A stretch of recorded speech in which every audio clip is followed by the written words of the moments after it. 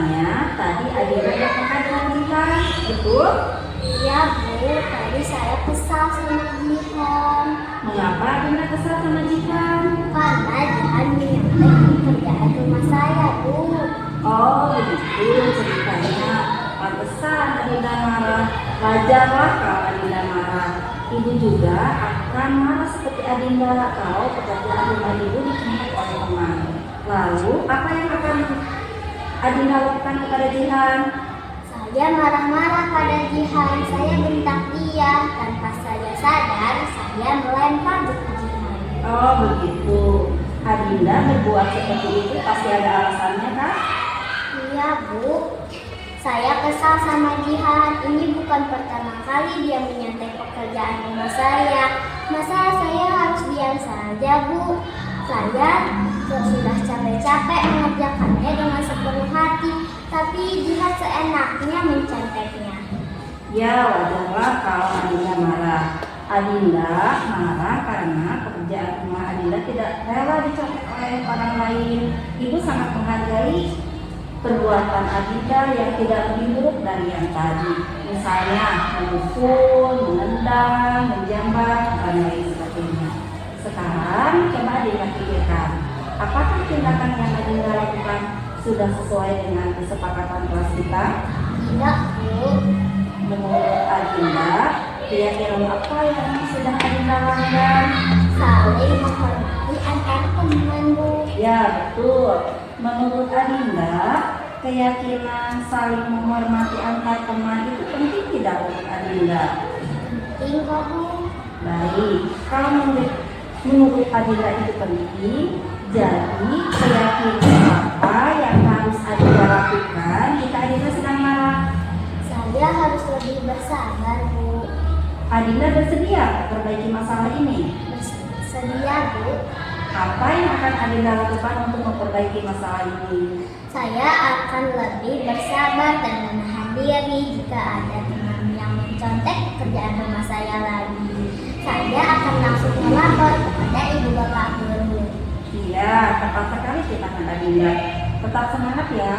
Siap Bu. Ya, silakan sekarang Adinda kembali lagi ke kelas. Terima kasih Bu. Sama-sama.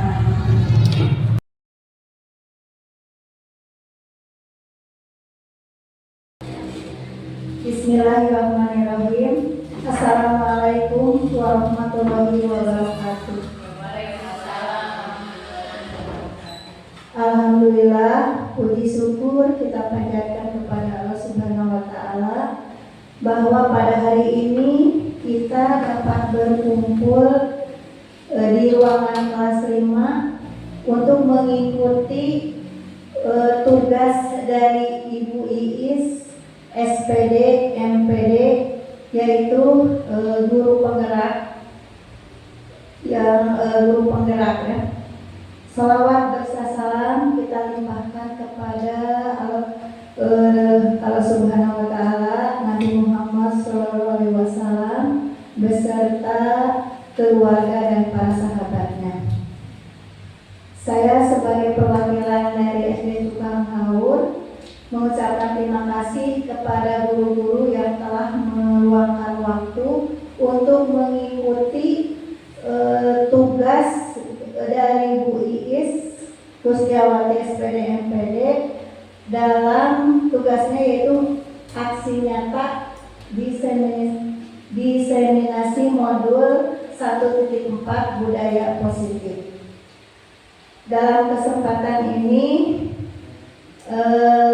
saya mengharapkannya mengikuti penjelasan dari Ibu Iis. Kami persilahkan kepada Ibu Iis. Terima kasih Bu Haji yang telah membuka acara ini. Ibu Bapak Guru yang saya hormati, terima kasih banyak atas waktunya. Mohon maaf saya mengganggu istirahat Ibu Bapak untuk mengajak Ibu Bapak melihat pemaparan diseminasi saya. Ini adalah tugas CGP kami, yaitu mendiseminasikan modul 1.4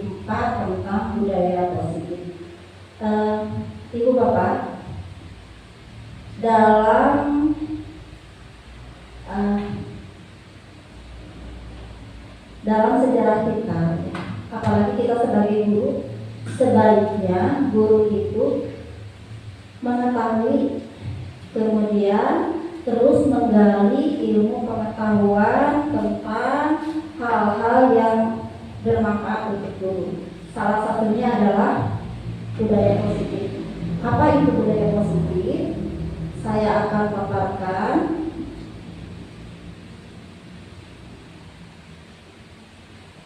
Nah, sebelum kita ke pemaparan materi, alangkah lebih baiknya kita membuat kesepakatan forum diseminasi. Yang pertama adalah saya meminta ibu bapak aktif dalam kegiatan.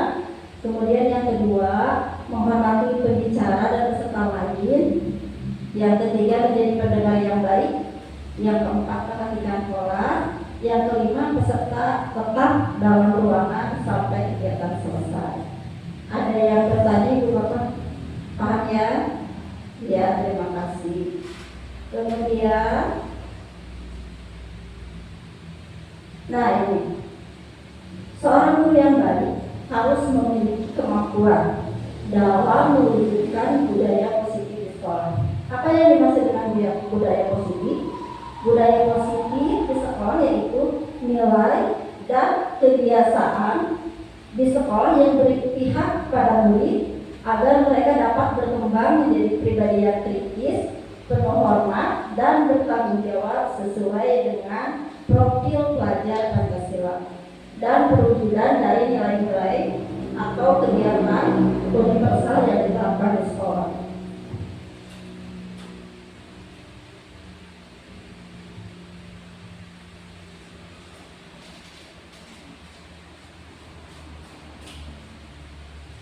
Kemudian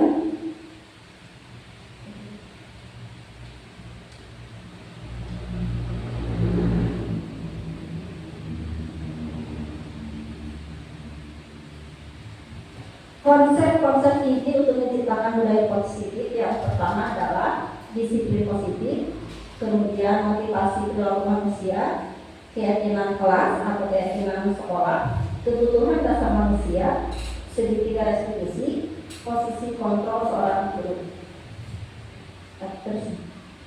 Nah, ini disiplin positif. Disiplin positif merupakan suatu cara penerapan disiplin yang mengajarkan anak bertanggung jawab dalam menumbuhkan kesadaran berdasarkan nilai-nilai kebajikan. Kemudian, disiplin positif lebih ke arah yang dapat mengontrol diri dalam melakukan segala tindakan.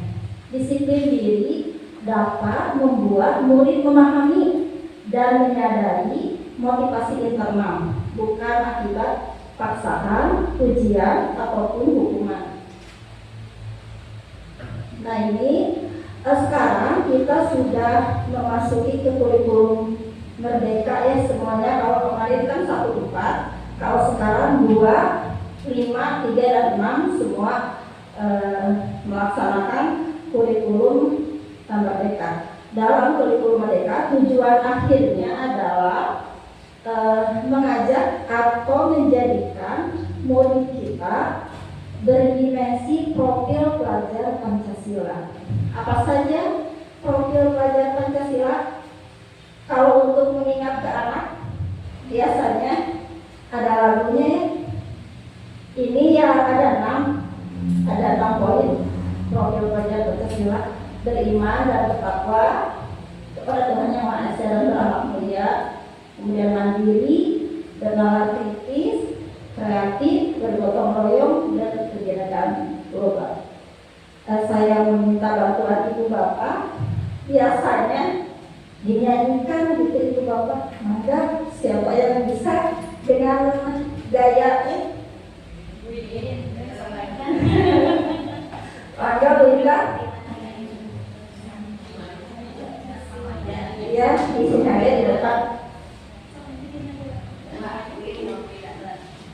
Sama gayanya maka mau berdua juga maka jadi ke anak hafal ya, ke anaknya hafal profil pelajar Pancasila dinyanyikan mangga.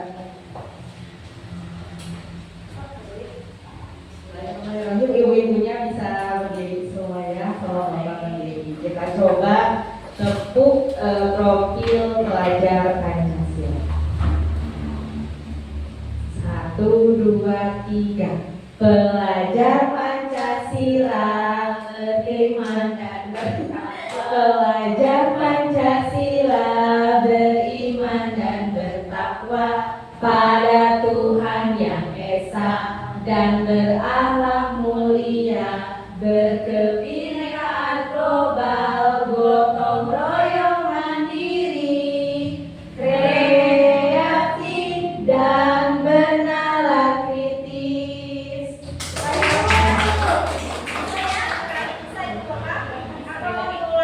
Lagi bersama Bu Iin biar lebih seru Bu Iin.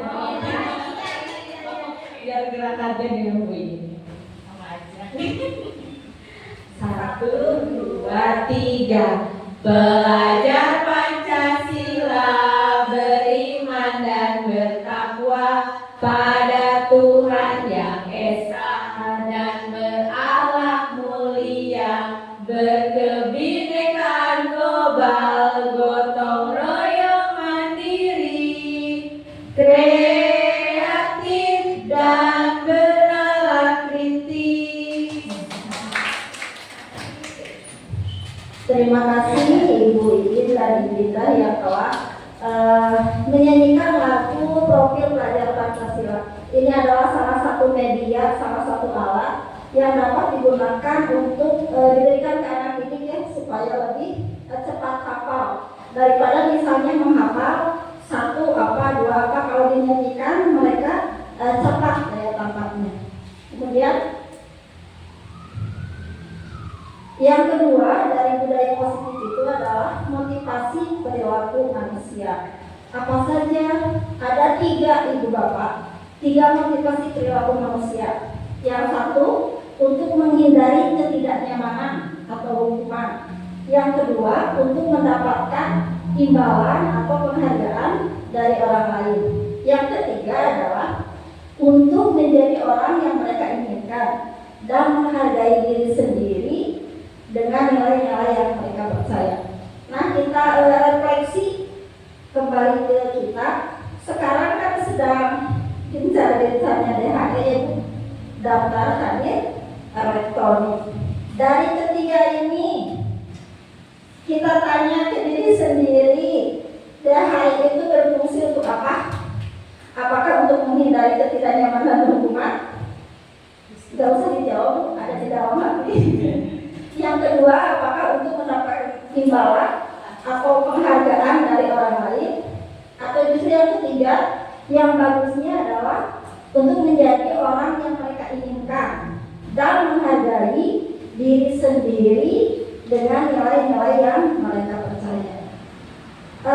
Jujur saja, yang pertama kita pasti ingin untuk menghindari ketidaknyamanan atau hukuman. Apa hukumannya? Kita takut dipotong gaji, gitu ya. Kemudian untuk mendapatkan imbalan penghargaan dari orang lain, itu tadi baliknya ke gaji lagi. Mudah-mudahan ke depan ini kita semua jadi ada di yang ketiga. Jadi memang DHE itu menjadi kebutuhan untuk diri sendiri sebagai upaya menghargai diri sendiri dengan nilai-nilai yang mereka percaya. Ini Bu, keyakinan sekolah atau keyakinan kelas. Apa yang dimaksud dengan keyakinan kelas atau keyakinan sekolah? Keyakinan merupakan nilai-nilai kebaikan atau prinsip-prinsip yang disepakati secara universal. Universal itu secara menyeluruh mungkin ya Bu. Misalnya baik atau ramah, bagus, jelek, itu prinsip-prinsip universal. Keyakinan sekolah atau keyakinan kelas berupa pernyataan-pernyataan universal yang mudah diingat dan dipahami dalam dan harus diterapkan di lingkungan sekolah. Dalam keyakinan kelas, guru berperan dalam mewujudkan terbentuknya keyakinan sekolah atau kelas dengan adanya kesepakatan antara guru dan murid. Pembentukan keyakinan kelas Keyakinan kelas bersifat lebih abstrak daripada peraturan yang lebih rinci dan nyata. Keyakinan kelas berupa pernyataan-pernyataan universal. Pernyataan keyakinan kelas selalu dibuat dalam bentuk positif. Nanti kita akan coba praktek membuat keyakinan kelas. Keyakinan kelas harus dibuat tidak terlalu banyak. Konser ini Ibu Bapak pilih sehingga nanti kalau sedikit mudah diingat dan dipahami oleh semua anggota kelas. Keyakinan kelas hendaknya sesuatu yang dapat diterapkan di lingkungan itu, berarti di lingkungan kelas kita. Semua anggota kelas hendaknya ikut berkontribusi dalam pembuatan keyakinan kelas melalui kegiatan curhat pendapat. Semua anggota kelas bersedia meninjau kembali keyakinan kelas dari waktu ke waktu. Jadi misalnya nanti pas awal masuk kita buat keyakinan kelas, masing-masing kelas membuat keyakinan kelas, itu tidak berlaku selamanya. Jadi kapanpun bisa diubah, bisa diganti sesuai dengan kesepakatan guru dan murid di kelas tersebut. Nah sekarang ini langkah-langkah pembuatan keyakinan kelas. Yang pertama, memberikan kesempatan kepada semua siswa untuk berpendapat tentang peraturan yang perlu disepakati di kelas. Yang kedua adalah mencatat semua masukan siswa di papan tulis atau kertas besar sehingga semua siswa bisa melihatnya. Yang ketiga, menyusun keyakinan kelas sesuai prosedur pembentukan keyakinan kelas. Yang keempat adalah meninjau kembali daftar pendapat yang telah dicatat. Kemudian mengajak siswa untuk mencari nilai kebajikan atau keyakinan yang menjadi inti peraturan tersebut. Yang selanjutnya meninjau ulang keyakinan kelas secara bersama-sama. Hendaknya keyakinan kelas itu tidak terlalu banyak agar mudah untuk diingat. Kemudian setelah keyakinan kelas itu dibuat atau selesai, maka semua anggota kelas dapat meninjau ulang dan menyetujuinya dengan menandatanganinya. Jadi ditandatangani oleh guru dan siswa. Keyakinan kelas dapat ditempel Bapak di dinding kelas agar mudah dilihat. Nanti kalau kita sudah membuat bisa ini tergantung pada kreativitas kelas masing-masing. Bisa di kertas karton atau bisa menggunakan apa yang kemarin sticky note, bisa ya disimpan di sini, jadi nanti bisa kelihatan oleh guru dan siswa. Ini contohnya keyakinan kelas 4, misalnya yang pendek-pendek saja sehingga dapat mudah diingat oleh siswa. Nah ini proses pembuatannya. Jadi kalimat-kalimat ini, kata-kata ini didapat dari siswa. Siswa menuliskan, kemudian nanti masing-masing siswa menempelkan di sini ya di papan tulis. Nanti guru kan dari semua pendapat siswa itu bukan tidak mungkin ada pendapat yang sama. Terus kalimatnya juga masih ada yang menggunakan kalimat negatif. Kalimat negatif itu yang bagaimana? Yang pakai jangan. Misalnya jangan berlari-lari di kelas. Itu kalimat negatif. Kita ubah dalam keyakinan kelas kita menjadi kalimat positif. Misalnya kalau jangan lari-lari di dalam kelas, tertib di dalam kelas. Jangan membuang sampah sembarangan. Ya, buanglah sampah pada tempatnya. Itu adalah kalimat-kalimat positif. Jadi dalam keyakinan kelas ini tidak boleh ada kalimat yang negatif. Kita praktek yang dulu tadi kan, yang kelas terus. Nah ini kita praktekkan Ibu Bapak nanti kan kalau tahun ajaran semua harus membuat keyakinan di kelas masing-masing. Bagaimana caranya? Anggap saja, mohon maaf Ibu Bapak menjadi murid, nanti bebas menuliskan di sini peraturan atau keyakinan kelas yang akan kita buat itu apa saja. 1, 2, 3, 4, 5, 6, 7. Bisa satu orang satu kalimat mana? Ditulis bebas, mana mau menggunakan kalimat yang negatif atau langsung yang positif mana?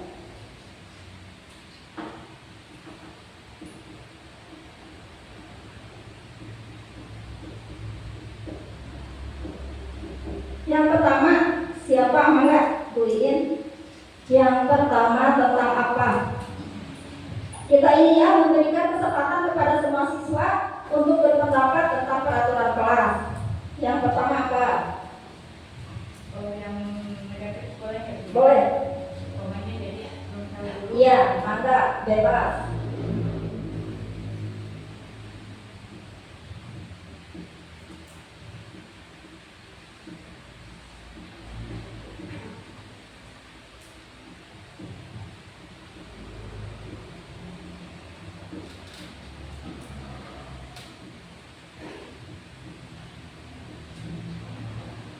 Ya, yang pertama adalah jangan membuang sampah di dalam kelas. Yang berikutnya Bu Haji, mangga.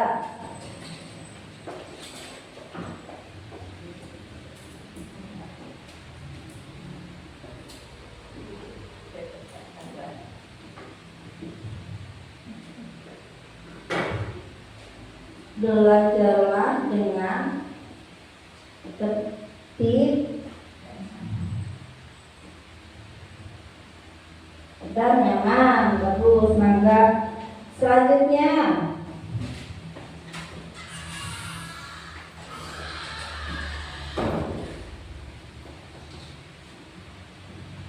kita sudah dapat 3 keyakinan kelas. Nanti kita lihat sesuai dengan urutan langkah-langkah pembuatan keyakinan kelas. Ini adalah langkah yang pertama, di mana guru memberikan kesempatan kepada siswa untuk berpendapat tentang peraturan yang perlu disepakati di dalam kelasnya masing-masing.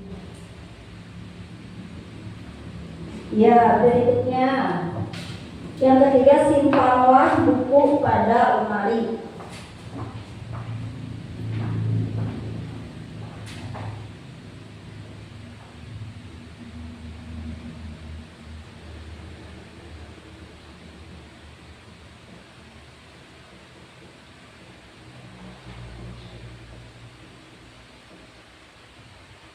Yang keempat, jagalah kebersihan kelas. Boleh.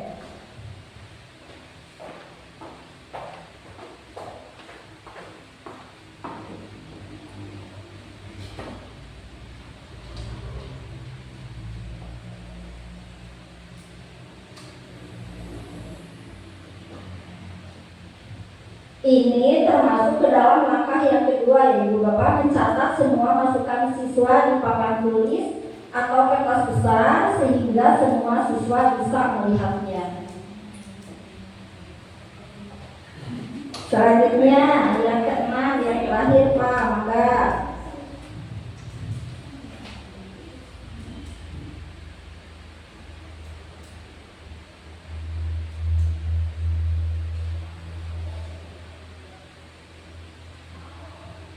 Kalau yang kelas besar bisa langsung curah pendapat dengan murid-muridnya. Kalau kelas bawah, biasanya kelas 1, kelas 2 itu kita yang membuat dulu, nanti ditawarkan kepada murid bagaimana. Ini keyakinan kelas yang telah kita punyai.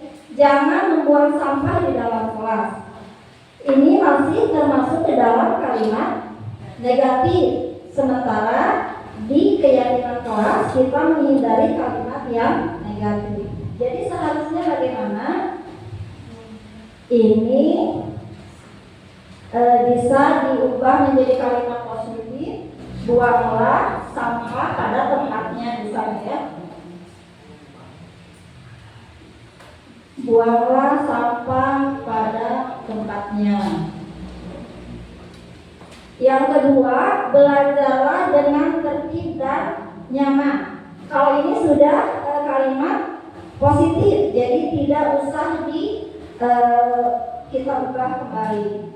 Yang ketiga, simpanlah buku pada lemari. Jadi nanti kalau misalnya ada anak-anak yang menyimpan buku di mana saja, kita kembalikan lagi pada keyakinan kelas yang telah kita buat, bahwa buku harus disimpan pada lemari. Kemudian keyakinan kelas yang keempat adalah jagalah kebersihan kelas.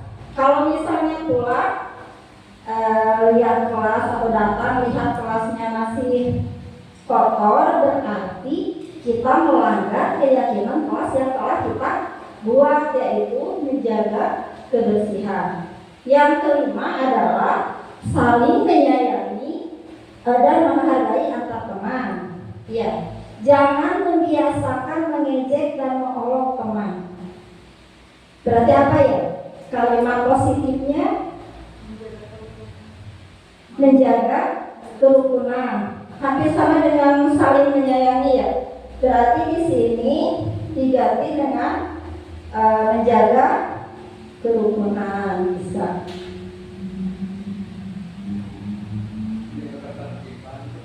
Kerukunan, ya, jaga kerukunan dan ketertiban, bisa. Ya, saling menghormati, bisa. Saling menghargai, bisa. Nah, ini adalah proses pembuatan keyakinan kelas. Nanti Ibu Bapak bisa praktek di awal tahun ajaran untuk membuat keyakinan kelas.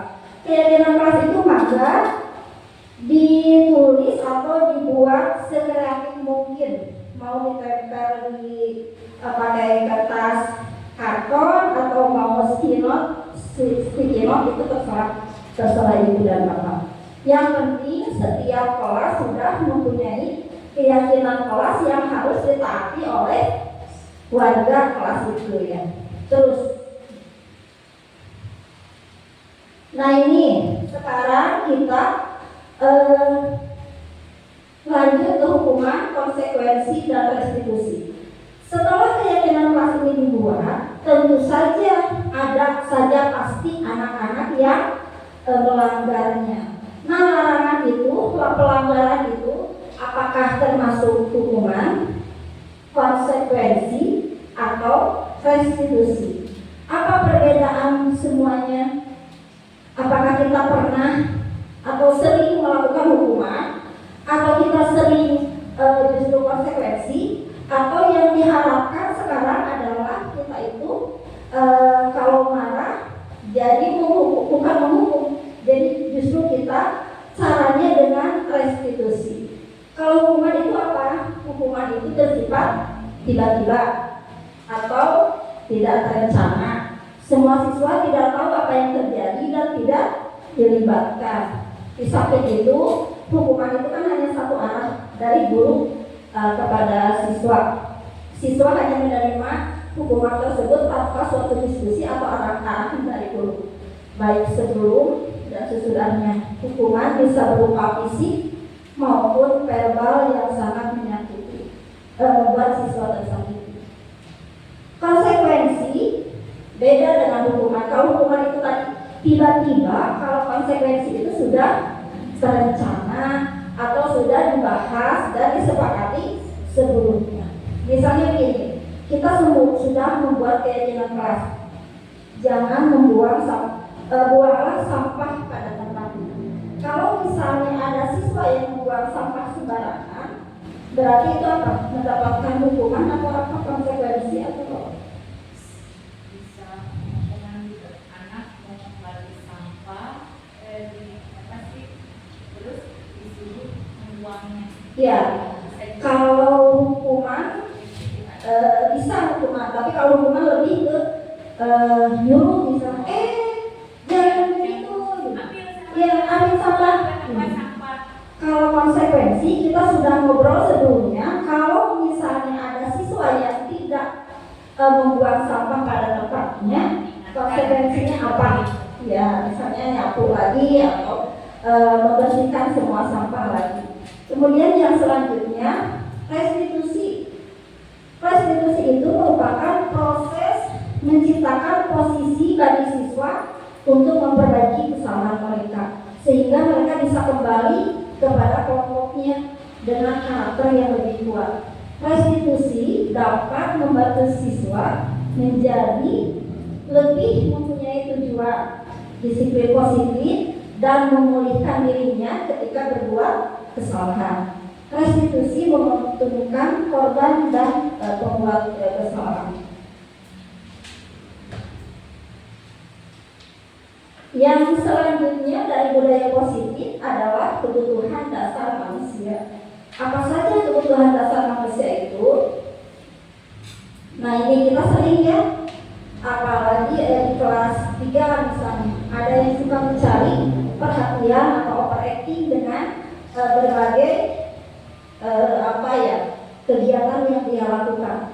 Nah, ketika seorang murid melakukan sesuatu bertentangan dengan nilai-nilai kebajikan atau melanggar peraturan, hal ini bisa saja dikarenakan mereka itu gagal memenuhi kebutuhan dasar mereka.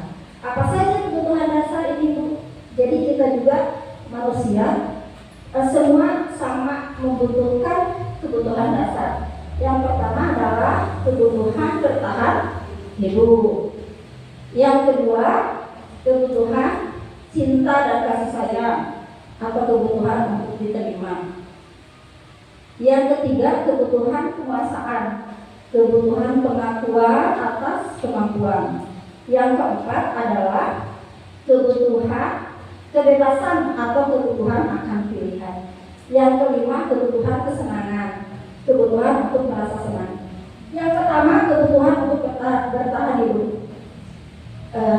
Misalnya, ada seseorang atau ada murid kita yang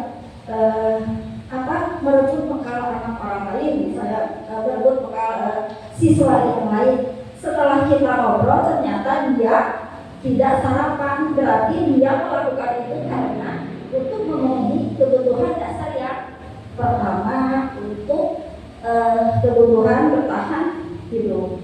Sama juga kebutuhan cinta dan kasih sayang, misalnya overacting siswa padahal ingin diperhatikan gitu ya. Jadi kalau kita sudah mengetahui kebutuhan dasar manusia, insya Allah kita paham kepada kejadian-kejadian yang mungkin dilakukan oleh anak di luar kebiasaan mereka. Berikutnya, nah ini posisi kontrol restitusi. Apa saja? Nah, dari 5 ini, Pak, kita berada di mana? Kebanyakan kita berada di mana?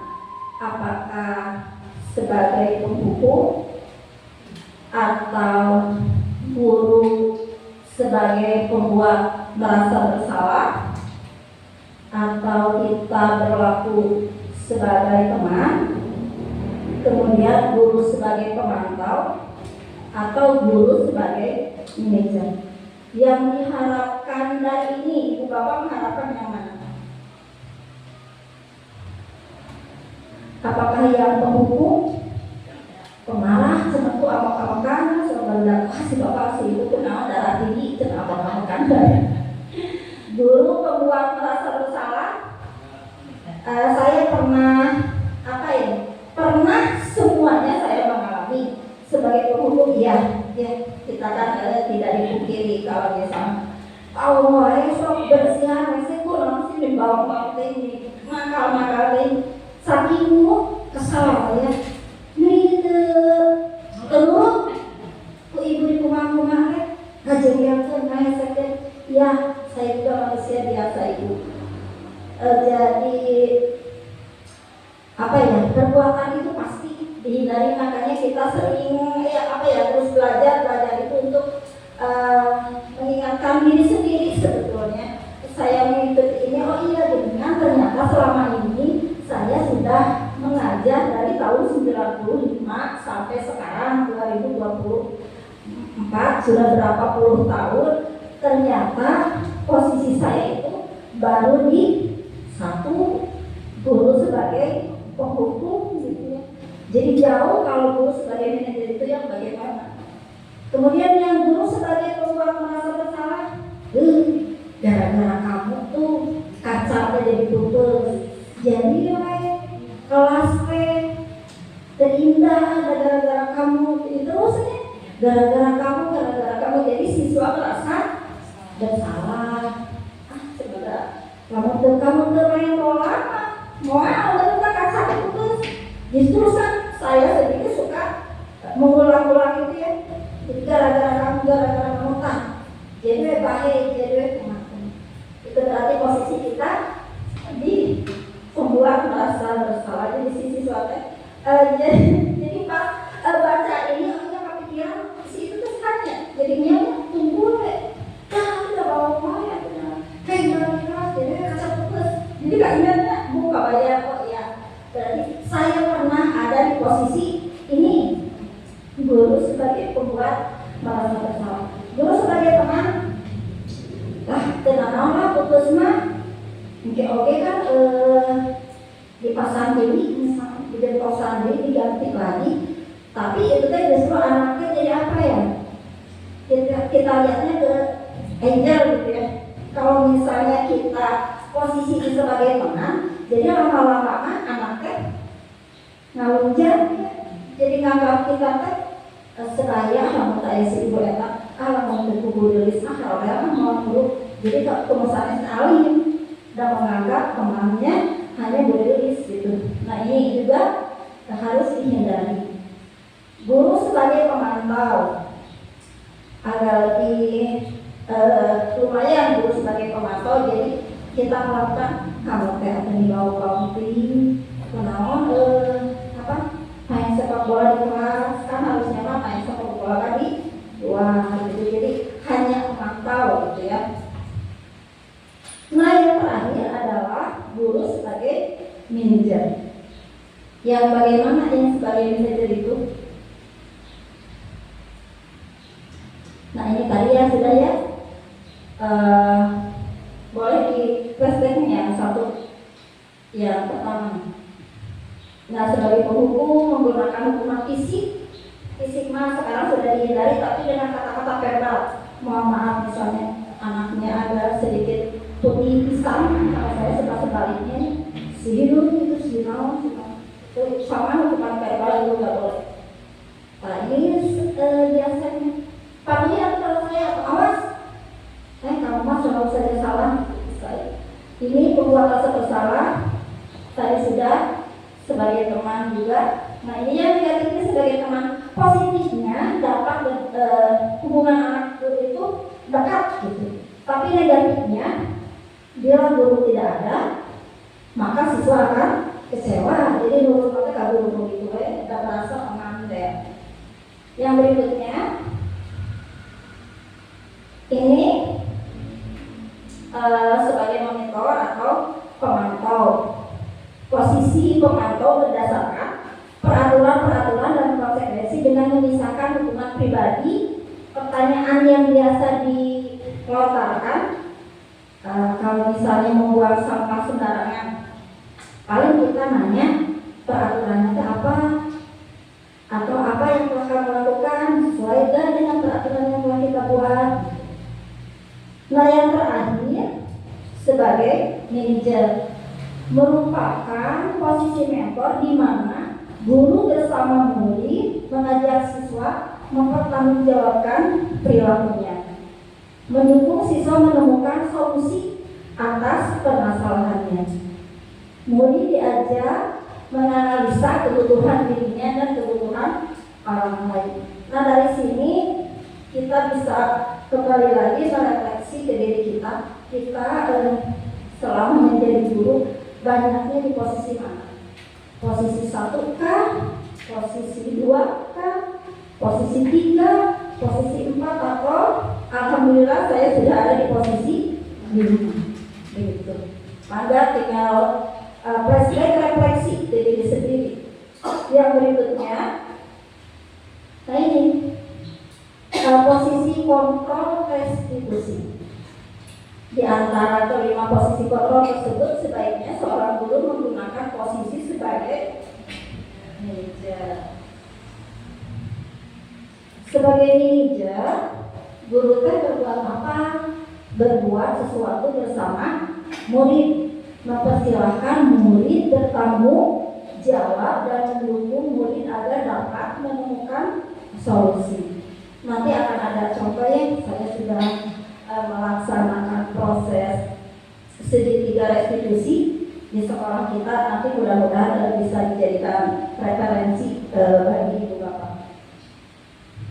Selain itu, posisi manajer mengacu pada restitusi yang dapat menjadikan murid sebagai manajer bagi dirinya sendiri sehingga dapat terciptanya identitas positif pada diri murid.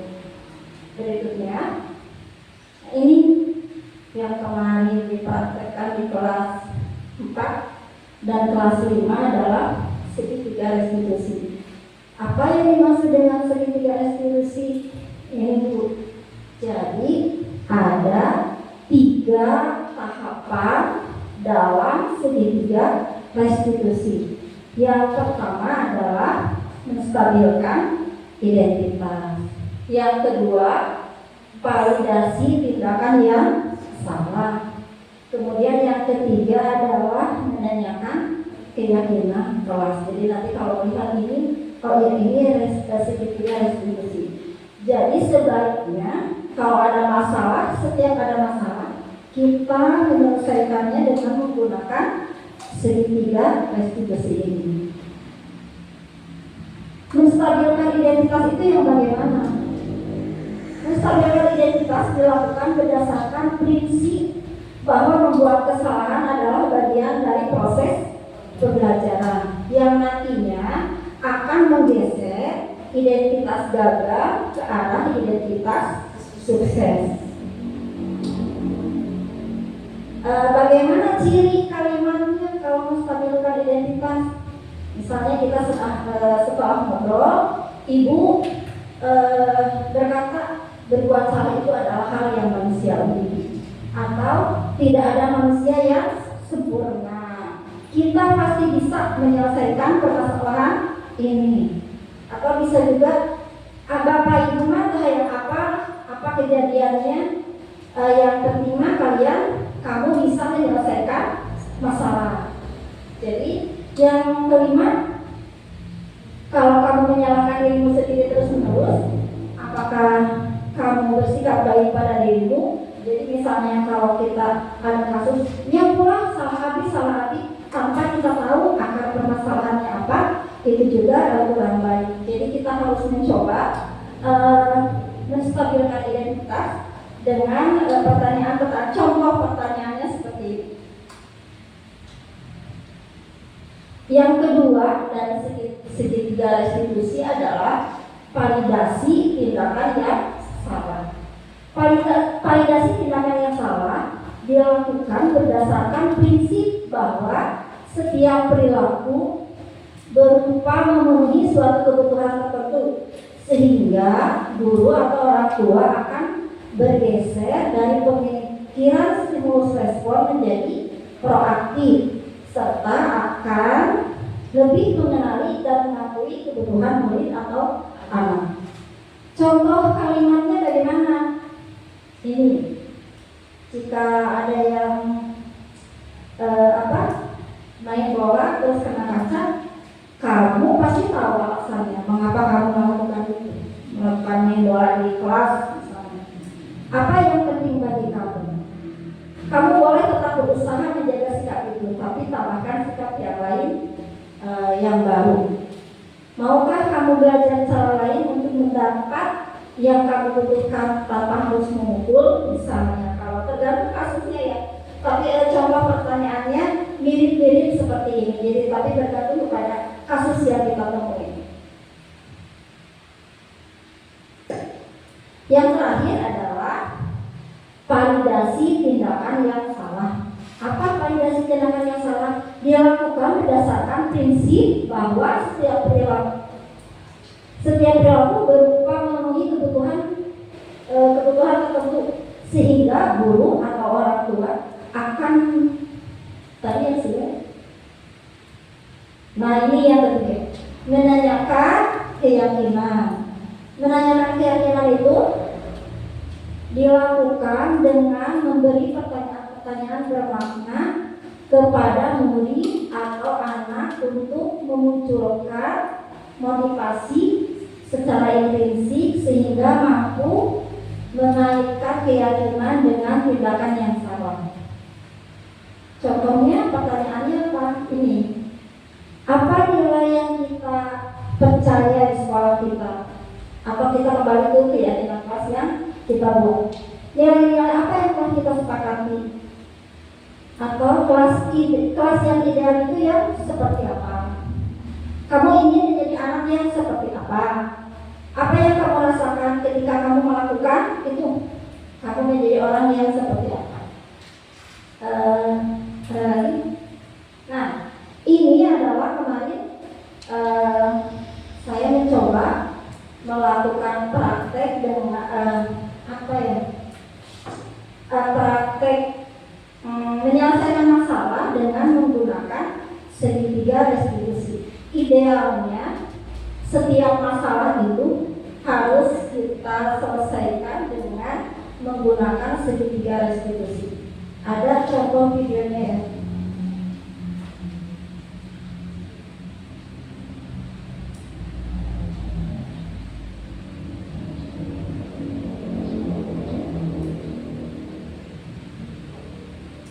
Di WhatsApp.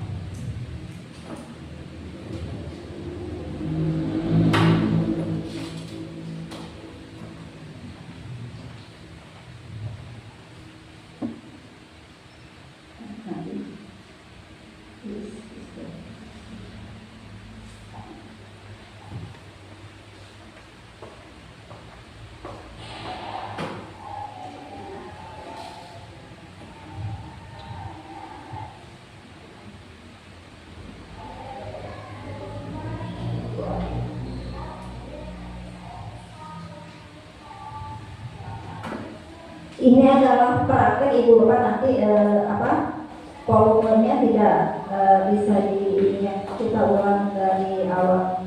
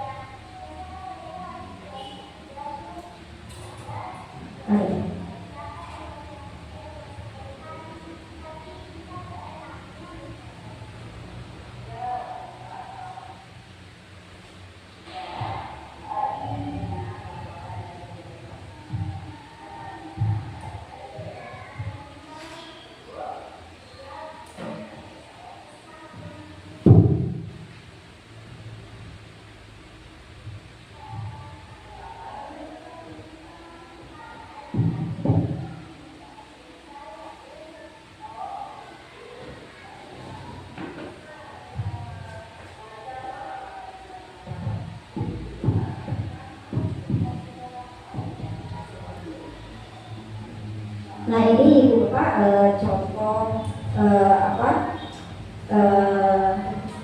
praktek dengan menggunakan segitiga restitusi, di mana saya mencoba menyelesaikan kasus dengan cara yang segitiga tadi itu ya. Yang pertama itu apa tadi?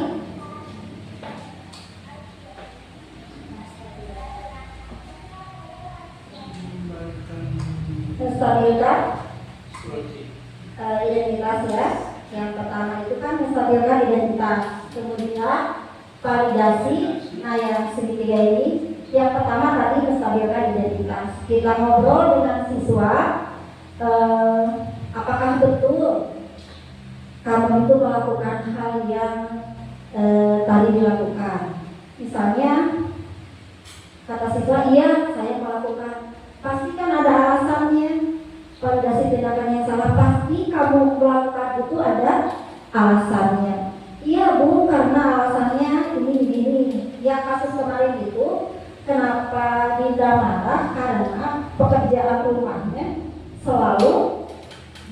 dicontek oleh Jihan, jadi dia malah sampai melempar ke bukunya gitu.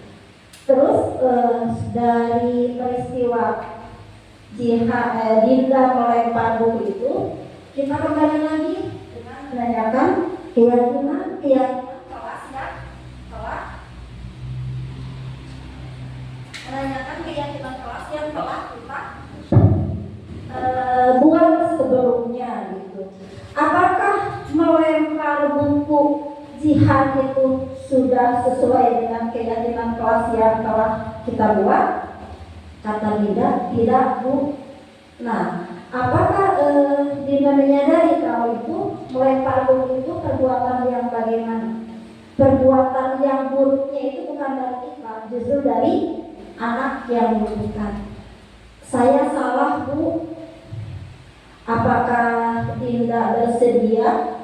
Kemudian keyakinan kelas apa yang telah Dinda langgar? Misalnya menjaga kerukunan atau saling menyayangi, saling menghargai. Nanti setelah kita tahu proses permasalahan seperti apa, siswa digiring untuk menemukan solusi. Nah, kalau untuk Dinda, apakah menjaga kerukunan itu penting? Penting Bu. Misalnya siswa menjawab nanti kita arahkan. Nanti ke depan kalau Dinda marah lagi, apa yang harus Dinda lakukan? Berarti saya harus lebih bersabar Bu. Saya kalau ada teman saya mencontek pekerjaan rumah saya akan lapor ke Bapak Ibu guru. Itu adalah solusi atau jalan keluar yang datang dari siswa. Jadi bukan dari kita. Kita hanya menggiring supaya siswa menemukan solusinya seperti apa. Jadi diharapkan tidak langsung menghukum atau memvonis apa-apa. Berarti mereka melakukan itu karena ada satu alasan. Jadi itu ibu bapak tidak pernah saya praktekkan dengan studi 3 institusi. Mudah-mudahan kedepannya setiap ada permasalahan, sebagai seorang manajer yang baik, sebagai seorang pemimpin yang baik, kita bisa melakukan semuanya dengan menggunakan itu ya segitiga restitusi. Jadi demikian pemaparan saya tentang budaya positif yang ada di sekolah. Tadi budaya positif itu terdiri dari apa saja? Tadi sudah ada yang 6 ya. Budaya positif itu terdiri dari disiplin positif, kemudian motivasi perilaku manusia, keyakinan kelas atau keyakinan sekolah, kebutuhan dasar manusia, posisi kontrol restitusi, dan segitiga restitusi. Jadi pada akhirnya dengan semua tahapan ini kita menuju, mudah-mudahan insya Allah kita menuju menjadi seorang manajer yang baik. Manajer di mana? Manajer di kelas kita sendiri. Manajer itu pimpinan pada perusahaan berapa ya gaji seorang manajer. Jadi alhamdulillah kita juga sudah menjadi manajer di kelas kita sendiri. Itu yang bisa saya paparkan. Terima kasih banyak atas segala perhatian Ibu Bapak. Mohon maaf apabila ada kekurangan. Wabillahi taufiq wal hidayah. Wassalamualaikum warahmatullahi wabarakatuh.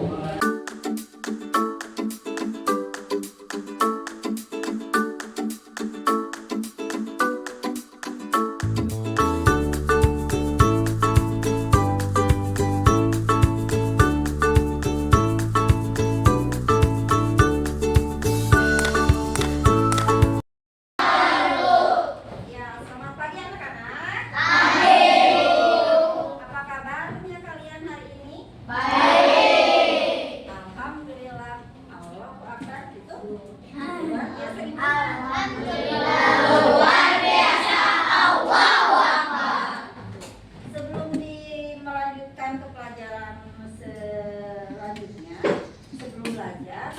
kita membuat dulu keyakinan kelas. Jadi tiap-tiap dari kalian menuliskan satu keinginan. Kelas ini maunya seperti apa? Bersih. Atau di kelas ya di sini bisa ditulis bersih misalnya. Apalagi nanti ditulis di sini ya. Misalnya jangan bermain di kelas. Misalnya jangan buang sampah sembarangan. Di kelas apa saja yang kalian inginkan, apa saja yang kalian ada di kepala kalian, tuliskan di sini. Nanti kalau yang sudah ditempel. Buat apa keyakinan kelas ini?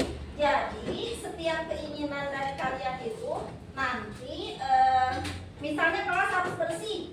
Kalau tidak bersih berarti harus bagaimana? Nah, yang membuat kelas tidak bersih itu berarti harus bertanggung jawab membersihkan.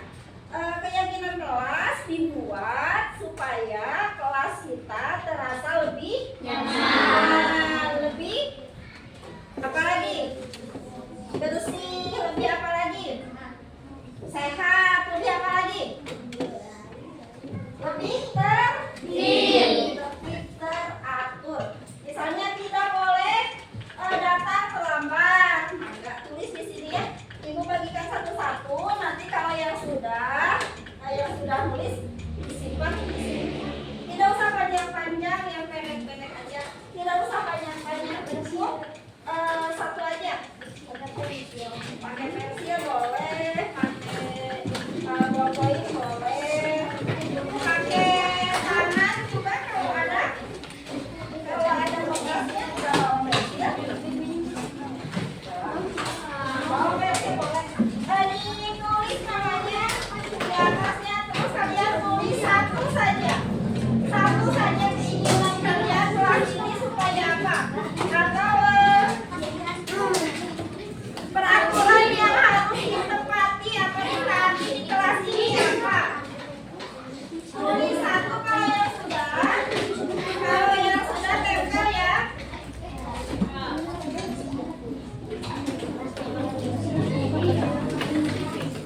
Yang sudah boleh ditempel di papan tulis.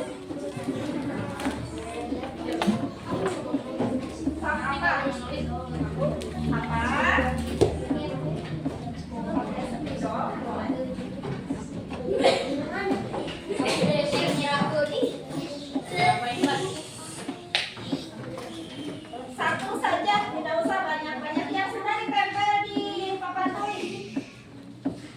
Yang sudah ditempel di papan tulis. Iya, oke guys.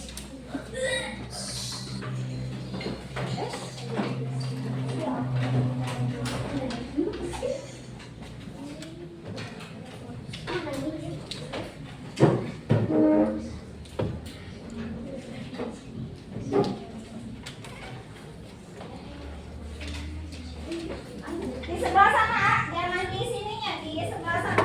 Oh iya, Bu, di dia. Nah, jadinya harus Tadi. di sini tempel. Saya dan kambing bunga. Ini ibu. Oh. Harusnya bunga ibu. Balik, Wiwi. Dibalik. Iya, beda.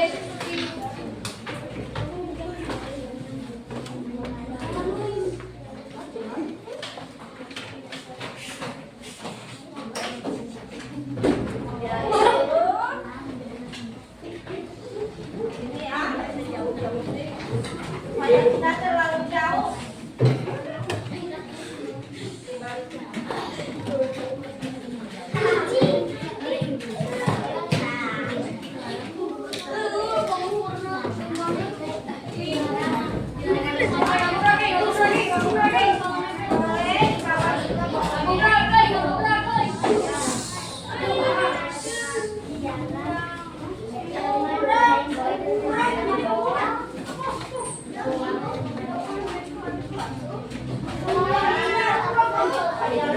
Boleh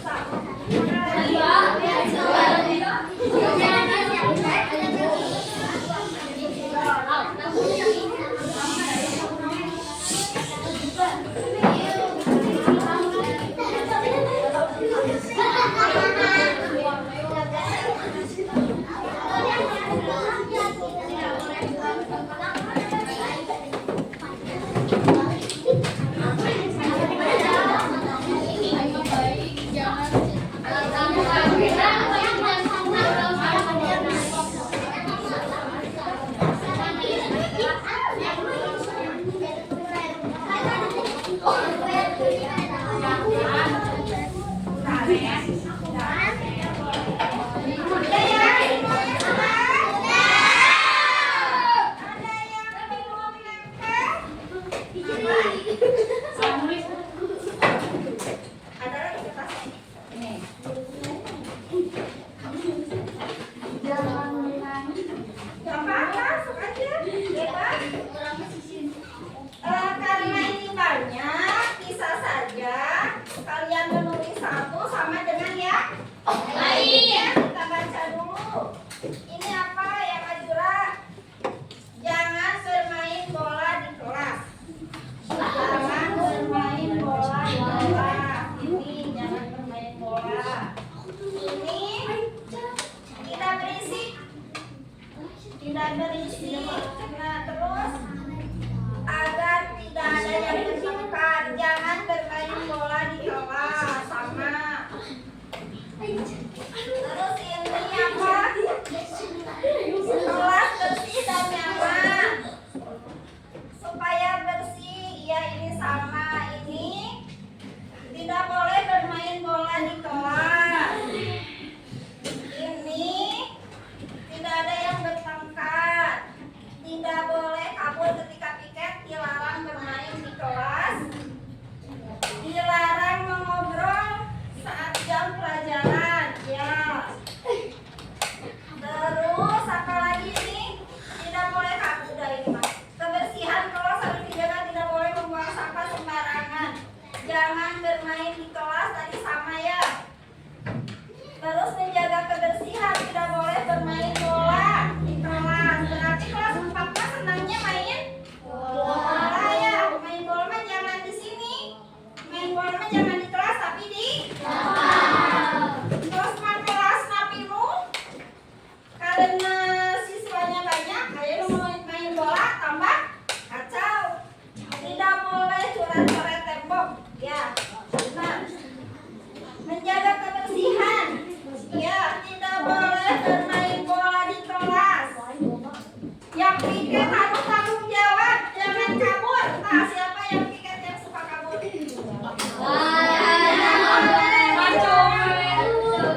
Dilarang buang sampah sembarangan, tidak boleh buang sampah sama kelas harus tertib. Sama ini. Yang piket harus tanggung jawab, berarti di sini banyak yang tidak tanggung jawab ketika piket. Ini tidak boleh buang sampah di kelas. Ini ya, tidak boleh buang sampah di kelas. Di kelas dilarang buang sampah. Tidak boleh buang sampah sembarangan. Kelas menjadi tertib dan aman. Ini yang agak beda. Jangan apa ini? Jangan merusak fasilitas kelas kita. Ya, bagus, Ayin, bagus. Harus datang ke sekolah tepat waktu. Pengen kesiangan. Tidak boleh mencoret-coret TV. Tadi sama dengan tembok ya.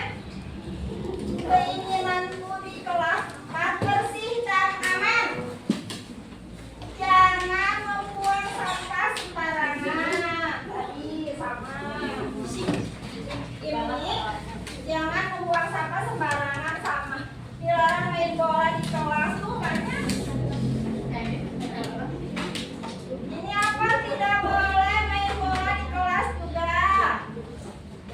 Tidak boleh membuang sampah sembarangan. Nah ini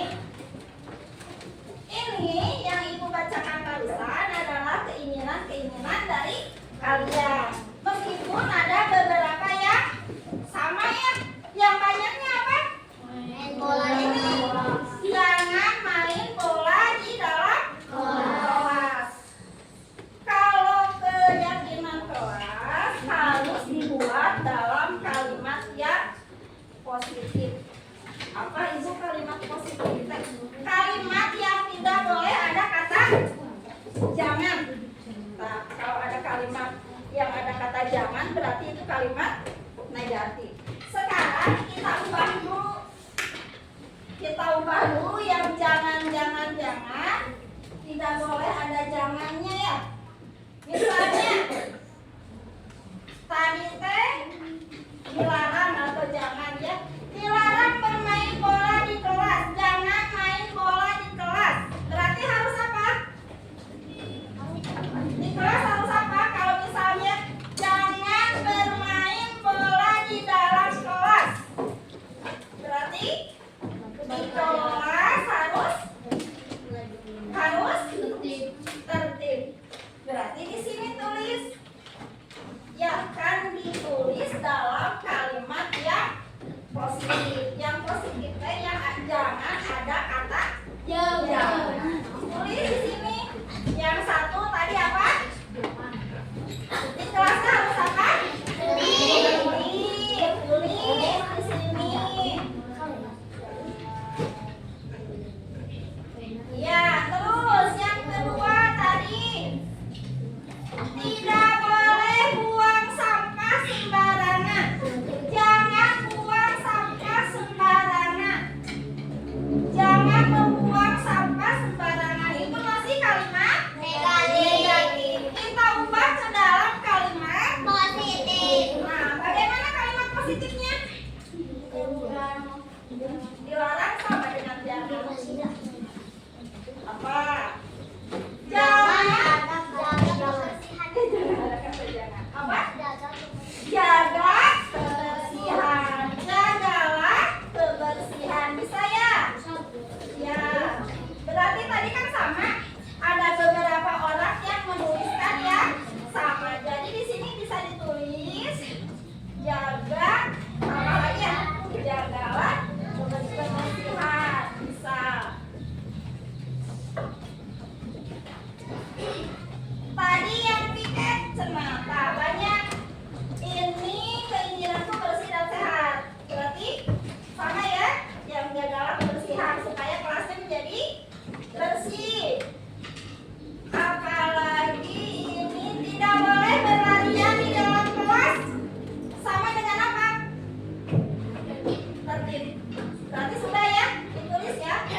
Kemudian ini jangan merusak kebersihan.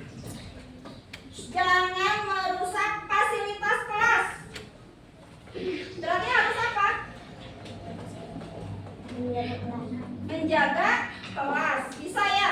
Menjaga bisa ketertiban kan sudah ya. Terus kebersihan juga sudah. Berarti ini tidak usah ada sama.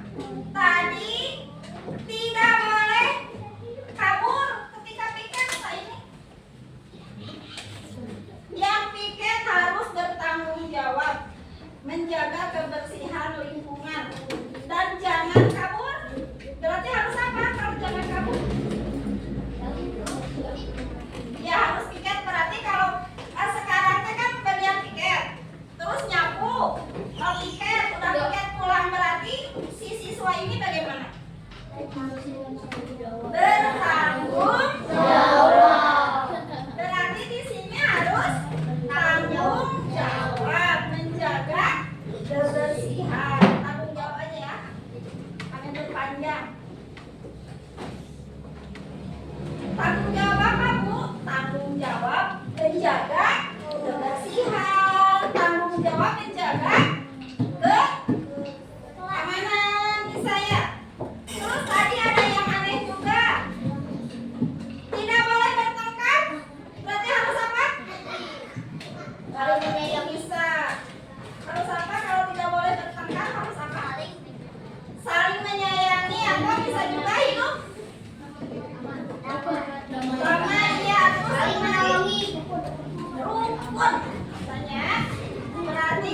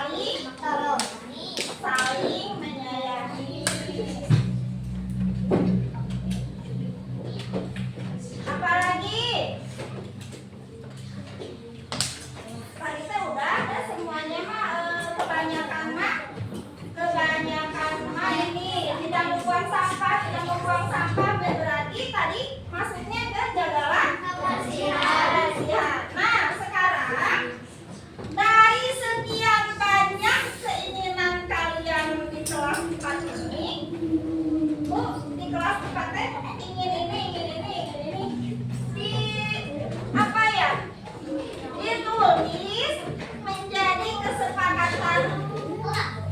Kenapa? Seperti yang maksudnya jawab.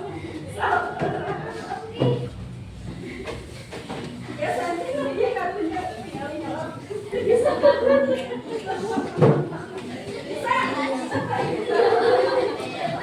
Berarti sehatnya itu badannya simpel sehatnya. Ulang lagi.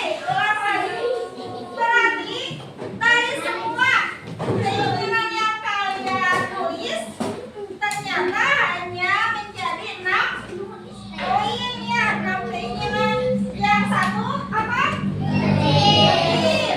Dan kita jangan main bola di dalam jangan bermain-main di dalam jangan berlari-lari di dalam masuk ke tertib. Jagalah kebersihan, berarti jangan membuang sampah sembarangan. Membuang sampah harus di jangan coret-coret di dinding karena kebersihannya harus dijaga. Yang ketiga, tanggung jawab. Contohnya, tiket tidak boleh kabur. Kalau kabur nanti bagaimana?